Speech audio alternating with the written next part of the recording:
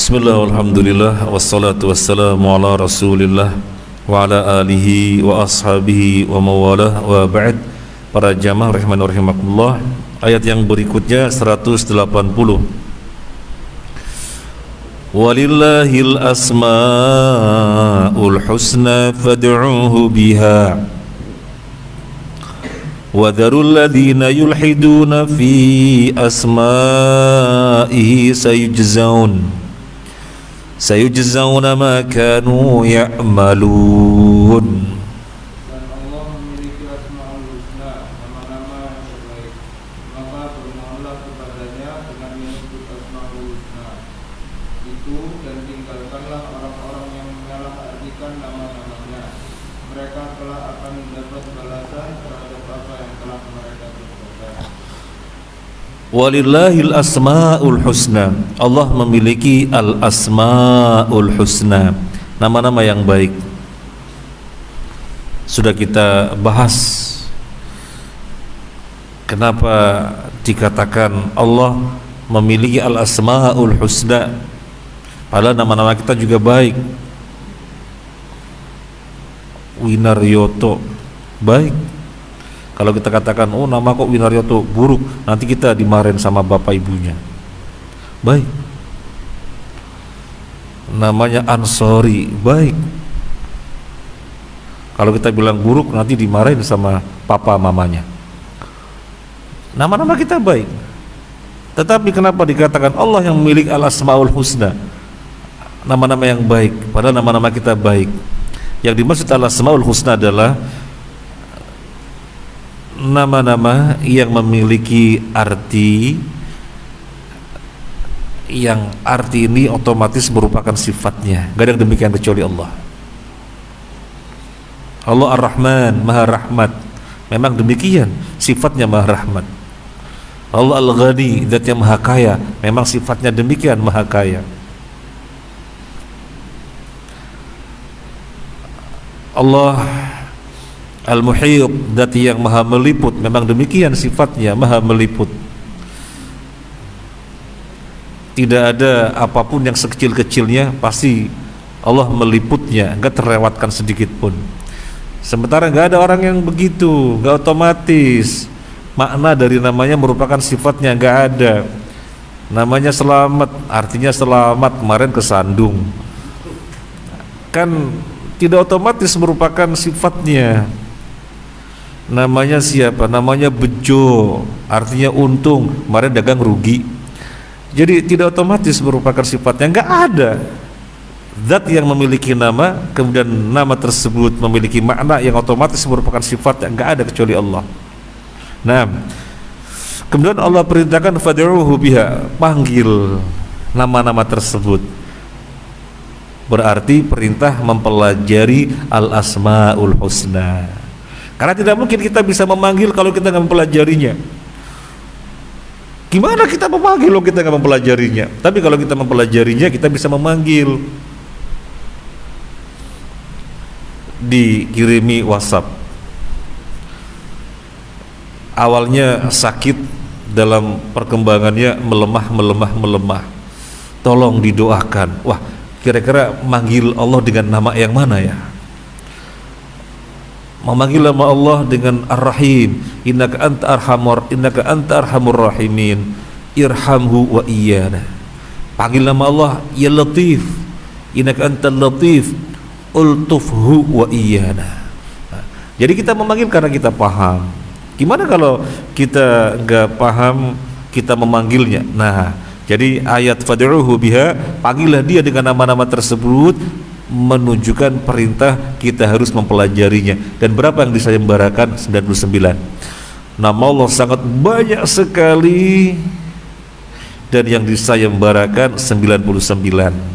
Berarti kita diperintahkan mempelajari sampai minimal 99. Berarti tidak terlewatkan dari sayembaranya Nabi sallallahu alaihi wasallam. Panggil Allah dengan nama-nama tersebut. Wadaru, dan tinggalkanlah oleh kalian, siapa yang kita disuruh meninggalkan? Alladzina yulhiduna fi asma'ihi, orang-orang yang menyimpang di dalam masalah nama-namanya, kita disuruh meninggalkan. Artinya ini peringatan jangan sampai salah di dalam memahami nama-nama Allah. Pada satu sisi kita disuruh mempelajari Al-Asmaul Husna, pada saat yang sama ada peringatan jangan sampai salah. Jangan sampai salah. Jadi adanya perintah sekaligus adanya peringatan. Perintah pelajari, peringatannya jangan sampai salah.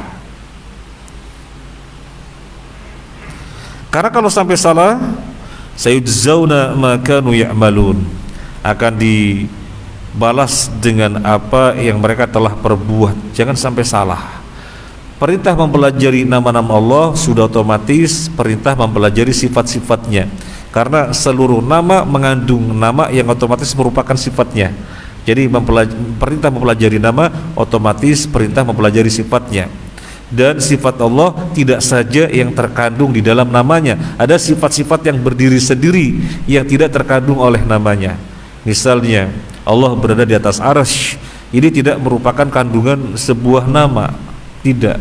Kemudian misalnya Allah punya kaki, Allah bersifat punya kaki, Allah bersifat punya wajah, ini tidak terkandung dari namanya, tetapi sifat yang berdiri sendiri. Ini wajib dipelajari dan jangan sampai salah. Kelompok sesat yang tiga kelompok besar yang sesat dalam masalah asma wa sifat, yang pertama adalah Jahmiyah, disusul Mu'tazilah, disusul Asy'ariyah. Yang paling tinggi adalah Jahmiyah. Yang kedua adalah Mu'tazilah, yang paling ringan dari yang ada adalah Asy'ariyah. Apa Jahmiyah? Jahmiyah tidak percaya Allah punya nama dan punya sifat, enggak percaya. Tidak percaya Allah punya nama dan tidak percaya Allah punya sifat. Ya, apa artinya percaya kepada Allah tetapi dikatakan Allah tidak punya nama, tidak punya sifat? Nama dan sifat Allah enggak ada. Ya berarti Allah tidak ada, waliyadzubillah. Ini paling tinggi kesesatannya. Disusul Mu'tazilah. Mu'tazilah meyakini Allah punya nama tetapi tidak ada maknanya. Jadi gak ada bedanya Ar-Rahman, Ar-Rahim, Al-Malik, Al-Qudus dan seterusnya. Itu sama saja semuanya, gak mengandung makna sama sekali. Jadi hanya percaya punya nama tapi gak percaya punya makna, atau gak percaya punya sifat. Yang ketiga Asy'ariyah, percaya Allah punya nama dan punya sifat, percaya, tapi sebagian sifat-sifatnya harus ditakwil. Nah, ini yang lebih ringan. Tetapi ketiganya kategorinya sesat. Oleh karena itu biar tidak sesat kita disuruh mempelajari dan jangan sampai salah. Disuruh mempelajari dan jangan sampai salah. Kemudian kita jadi ingat penjelasan Ustaz Errol Haris rahimahullah ta'ala ketika sampai pada ayat ini pada subuh waktu itu, untuk menyebutkan tentang Al-Asmaul Husna. Allah menyebutkan ayat yang sebelumnya bahwasanya manusia dalam kondisi tertentu bisa seperti binatang dan lebih hina dari binatang, baru menyebutkan Al-Asmaul Husna. Bagaimana tadabburnya?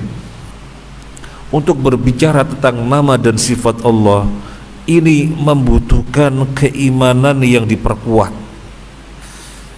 Kalau tidak, maka kita akan melulu dengan akalnya. Padahal nama dan sifat Allah harus dipahami sebagaimana penjelasan Nabi kepada para sahabat. Ketika para sahabat gak bertanya, ya kita tidak bertanya. Kenapa para sahabat saja tidak bertanya, kemudian kita bertanya-tanya, akhirnya kemudian membuang? Ada gak para sahabat bertanya, ya Rasulullah gimana istiwanya? Ya Rasulullah gimana dua tangan Allah? Ya Rasulullah bagaimana Allah turun setiap sepertiga malam? Ada gak para sahabat bertanya? Gak ada satupun yang bertanya. Ya kita juga tidak bertanya sebagaimana para sahabat tidak bertanya. Lah kemudian orang-orang tidak pasang keimanan sehingga kemudian mempertanyakan, Allah di atas arsy gimana? Kok di atas arsy dan menggunakan akalnya? Ya sesat. Nah, sehingga disebutkan di atas ada orang yang dalam kondisi tertentu sesat seperti binatang, tidak menyiapkan keimanan sebagaimana terakhirnya ayat disebutkan ulaika humul ghafilun. Mereka adalah orang-orang yang lalai. Melalaikan apa? Melalaikan sesuatu yang paling manfaat, yaitu keimanan. Karena dilalaikan mempelajari asma wa sifat juga akhirnya salah. Nah, itu kurang lebih disampaikan oleh beliau Zaidul Haris rahimahullah taala, yang menunjukkan bahwasanya hati-hati di dalam mempelajari asma wa sifat. Kiranya ini yang bisa kita sampaikan, semoga bermanfaat.